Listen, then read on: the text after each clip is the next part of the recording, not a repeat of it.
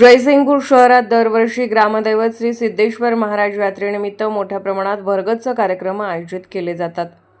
तसेच या ठिकाणी मोठ्या प्रमाणात पाळणे उभारले जातात। मात्र या पाळण्यांचे दर गेली 3-4 वर्षात आभाळाला भिडले आहेत।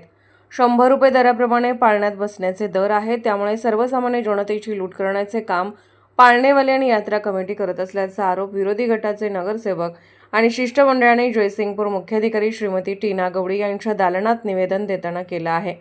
शहरामध्ये मोठ्या प्रमाणात झोपडपट्टी भाग आहे, त्यामुळे सर्वसामान्य जनतेला हा दर परवडणारा नाही। गरीब जनतेने यात्रेमध्ये पाळण्यामध्ये बसल्यास जास्तीत जास्त पैसे खर्च केल्यानंतर इतर बाबींची पूर्तता कशी होईल? खाण्यापिण्याचे वांदे तसेच खरेदी यावर निर्बंध येत आहेत। यामुळे 50 रुपये दराप्रमाणे पाळण्याचे दर असावेत असे शिष्टमंडळाने यात्रा कमिटीच्या पदाधिकाऱ्यांच्या समोर प्रस्ताव ठेवल्यानंतर काही काळ मुख्याधिकारी टीना गवडी यांच्या दालनामध्ये गोंधळ उडाला। पाळण्याचे दर निश्चित करा, सीसीटीव्ही कॅमेरे बसवा, अग्निशमनच्या गाड्या आत यायला जायला रस्ता खुला असावा, तसेच पार्किंग नियोजन करा, इन्शुरन्स पॉलिसी निश्चित करा जेणेकरून एखादी अनुचित घटना घडल्यास नुकसान भरपाई तात्काळ मिळेल।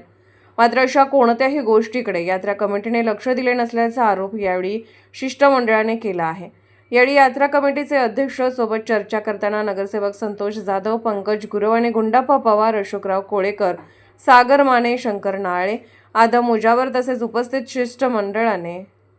शिष्टमंडळाने प्रशासनाची सरबत्ती केली।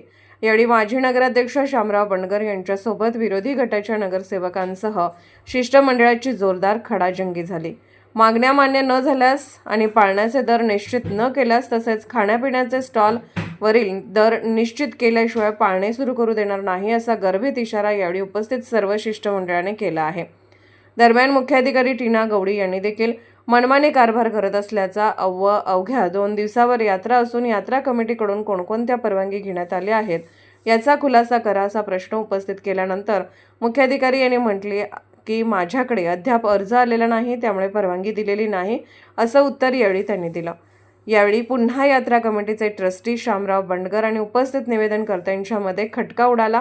पाळणेवाल्यांच्याकडून 20 लाख रुपये तुम्ही घेता, त्या 20 लाख रुपयांचा हिशोब द्या, वर्गणी गोळा करता, त्याचा खुलासा करा, अशा प्रकारच्या प्रश्नांची सरबत्ती नगरसेवक संतोष जाधव यांच्यासह उपस्थित निवेदनकर्त्यांनी केल्यानंतर पुन्हा गोंधळ उडाला।